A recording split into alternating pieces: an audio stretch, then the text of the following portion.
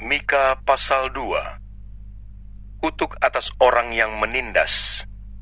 Celakalah orang-orang yang merancang kedurjanaan dan yang merencanakan kejahatan di tempat tidurnya, yang melakukannya di waktu fajar, sebab hal itu ada dalam kekuasaannya, yang apabila menginginkan ladang-ladang, mereka merampasnya, dan rumah-rumah mereka menyerobotnya, yang menindas orang dengan rumahnya, manusia dengan milik pusakanya. Sebab itu beginilah firman Tuhan, sesungguhnya aku merancang malapetaka terhadap kaum ini, dan kamu tidak dapat menghindarkan lehermu daripadanya. Kamu tidak dapat lagi berjalan angkuh, sebab waktu itu adalah waktu yang mencelakakan. Pada hari itu, orang akan melontarkan sindiran tentang kamu, dan akan memperdengarkan suatu ratapan dan akan berkata, kita telah dihancur luluhkan. Bagian warisan bangsaku telah diukur dengan tali, dan tidak ada orang yang mengembalikannya. Ladang-ladang kita dibagikan pada orang-orang yang menawan kita. Sebab itu, tidak akan ada bagimu orang yang melontarkan tali dengan undian di dalam jemaah Tuhan. Janganlah ucapkan nubuat, kata mereka itu.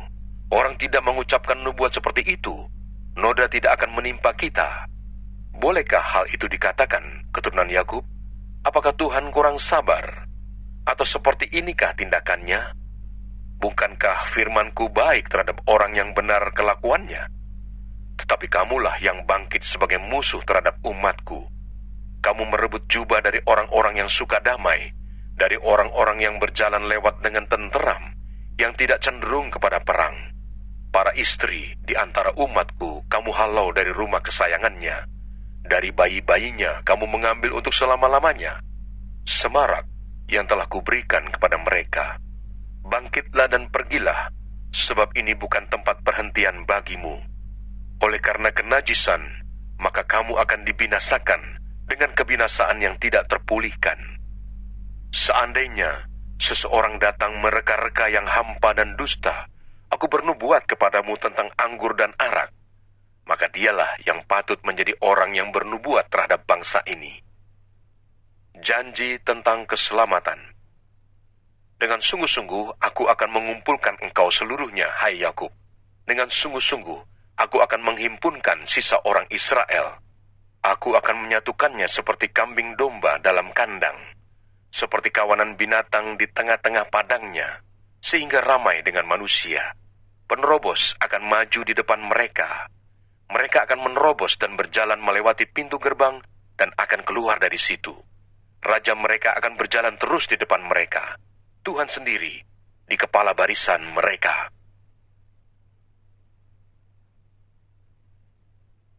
Mika pasal 3. Menentang pemimpin dan nabi palsu di Israel. Kataku, baiklah dengar hai para kepala di Yakub, dan hai para pemimpin kaum Israel.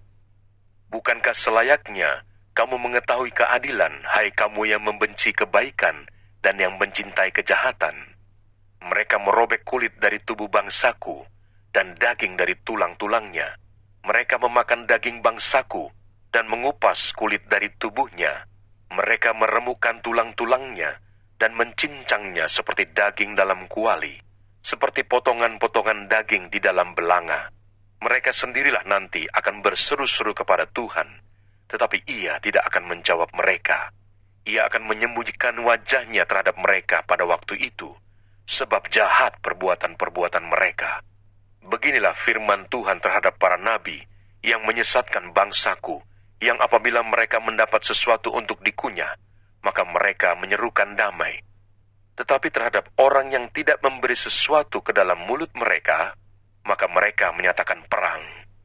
Sebab itu, hari akan menjadi malam bagimu tanpa penglihatan, dan menjadi gelap bagimu tanpa tenungan. Matahari akan terbenam bagi para nabi itu, dan hari menjadi hitam suram bagi mereka. Para pelihat akan mendapat malu, dan tukang-tukang tenung akan tersipu-sipu.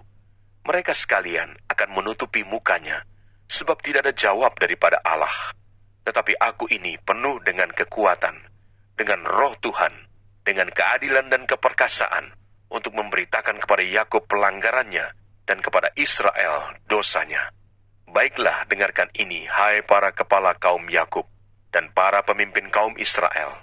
Hai kamu yang muak terhadap keadilan dan yang membengkokkan segala yang lurus. Hai kamu yang mendirikan Sion dengan darah dan Yerusalem dengan kelaliman. Para kepalanya memutuskan hukum karena suap dan para imamnya memberi pengajaran karena bayaran. Para nabinya menenung karena uang, padahal mereka bersandar kepada Tuhan dengan berkata, "Bukankah Tuhan ada di tengah-tengah kita? Tidak akan datang malapetaka menimpa kita." Sebab itu, oleh karena kamu, maka Sion akan dibajak seperti ladang, dan Yerusalem akan menjadi timbunan puing, dan gunung Bait Suci akan menjadi bukit yang berhutan. Mika pasal 4. Sion sebagai pusat kerajaan damai. Akan terjadi pada hari-hari yang terakhir, gunung rumah Tuhan akan berdiri tegak mengatasi gunung-gunung dan menjulang tinggi di atas bukit-bukit. Bangsa-bangsa akan berduyun-duyun ke sana, dan banyak suku bangsa akan pergi serta berkata, "Mari, kita naik ke gunung Tuhan, ke rumah Allah Yakub, supaya ia mengajar kita tentang jalan-jalannya, dan supaya kita berjalan menempuhnya, sebab dari Sion akan keluar pengajaran dan firman Tuhan dari Yerusalem.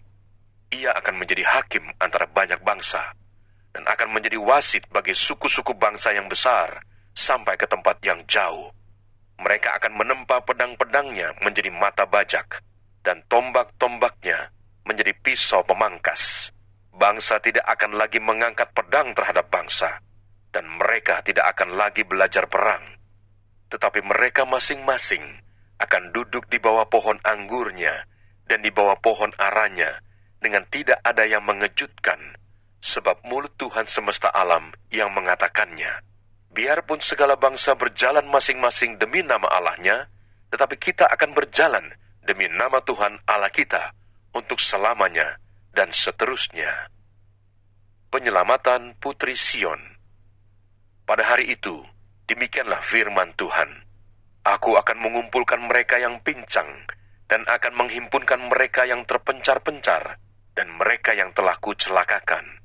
Mereka yang pincang akan kujadikan pangkal suatu keturunan, dan yang diusir suatu bangsa yang kuat, dan Tuhan akan menjadi raja atas mereka di gunung Sion, dari sekarang sampai selama-lamanya.